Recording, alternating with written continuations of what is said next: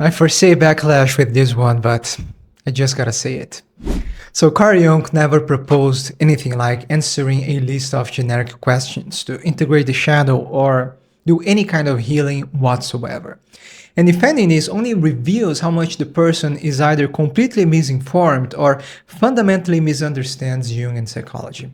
And as far as I know, this insidious idea was popularized by the New Age movement and figures like Debbie Ford. And this movement used Carl Jung's name to legitimize a practice that is completely unsound and something Jung would never have stood behind. But since nobody reads Jung on the source anymore, this movement got a free pass and also immense popularity. And nowadays, shadow work and journaling prompts have become synonyms.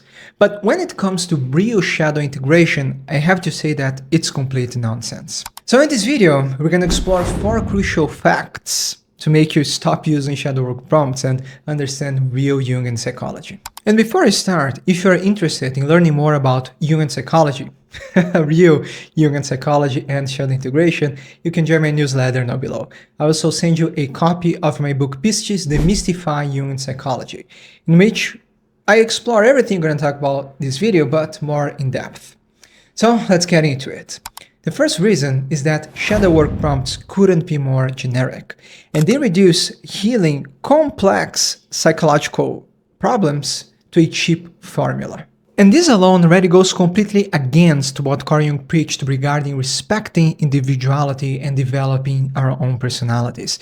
And of course, it's great to have a tight methodology, to have a step-by-step, and to have a good direction to follow. But what happens with this prompt is that it's so superficial and so generic that you just can't apply it to what the person is really experiencing.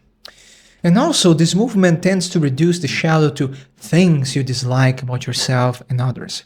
But the truth is that the shadow is only a term that refers to what is unconscious, and therefore contains both good and positive elements.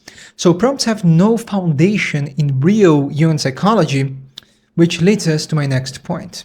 Shadow work prompts don't promote a living dialogue with the unconscious. So Carl Jung proposed the use of the dialectic method, with his main focus on establishing a living dialogue between the conscious and unconscious mind, which possesses a compensatory and complementary relationship. So to make things simple, in Carl Jung's view, we can solve our problems, overcome neuroses, and develop our personalities once we find a new synthesis between these two perspectives. And the first step to establish this dialogue is to objectify and hear the unconscious. And to achieve that, Jung developed his methods of reinterpretation, active imagination, and analyzing creative endeavors. And the next step is to confront and fully engage with this material from a conscious perspective, usually with the help of an analyst, and later by yourself once you learn and understand the methodology and build a strong ego complex. So that said, you can't dialogue with the unconscious by answering a list of generic questions, as it completely fails to apprehend the symbolic nature of the unconscious. You're basically trying to solve a problem with the same mind that created it, and this promotes a lot of rationalizations and usually enhances neurosis. And this puts people on a mental masturbation cycle, as you can't think your way out of real problems, especially when you can't be objective about it. So the only way writing can serve the purpose of shadow integration and engaging with the unconscious is if you achieve the flow of automatic writing, which has a spontaneous and creative nature completely opposite to answering generic questions. Now, the third fact is that shadow integration demands action in the real world. So there's a huge problem with shadow work prompts because they revolve around magical thinking and spiritual bypassing. And this tends to attract a lot of people identified with the Puer Aeternus and Puella Aeterna, aka the man-child or woman-child. So people push the narrative that you'll be able to heal generations of trauma by locking yourself in your room and going through pages and pages of questions. But if you take a step back and really think about it, you will notice that this is extremely delusional. I mean, how come answering a question will heal anything or do anything for you, So this promotes a lot of poisonous fantasies. passivity, and dissociation from reality. And people get even more stuck in their heads. And in worst case scenarios, people feel re-traumatized as they're constantly poking at their open wounds. The harsh truth is that feeding prompts becomes a coping mechanism for never addressing real problems that demand action in the real world. And people often have the illusion they're achieving something grandiose while they're journaling, only to wake up the next day with the exact same problems again and again. Now, Jung teaches that the essential element to heal neurosis is fully accepting and engaging with reality instead of denying or trying to falsify it. Moreover, healing is a construction and not a one-time thing. In other words, having insights means nothing if you're not actively facing your fears and pushing yourself to create a meaningful life and authentic connections. So if you find you are repressing a talent, for instance, journaling about it is completely useless. What you have to do is devote your time and energy to building this skill and put yourself in the service of others, because inner work must be embodied. And the last fact is that you don't have to dissect all of your problems to heal. And this is yet another common narrative.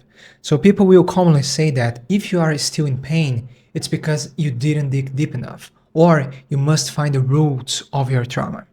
And this makes people obsessed with these lists, and their life stories becomes an intellectual riddle to be cracked. So they're after that one magical question that will heal all of their wounds. But the problem is that this gets people stuck in their pasts, over-identified with their wounds, and they can't see any way out. And don't get me wrong here, because understanding our patterns of behavior and why we turned out the way we did is fundamental. But it's only half of the equation. So when we study Carl Jung, we learn that he infused both Freud's and others' perspectives into his ideas, which means that the psyche doesn't only have a past, but is also constantly creating its own future. So the truth is that once people receive good guidance, they can understand their patterns fairly quickly, and a skilled therapist only needs a few sessions to assess that. But once something becomes conscious, then the real battle begins. Now is the time to focus on the present moment and solidify new habits and lasting behaviors. And in some cases, it's even more productive to stop focusing on the past entirely until the person is feeling more stable.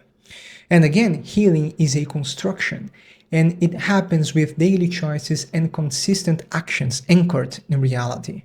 And to end this, I'm not anti-journaling, since it has a few interesting benefits, and I frequently do it, but always focusing more on the creative and spontaneous nature of the unconscious. But calling shadow work prompts real shadow integration and associating it with Jung is complete nonsense.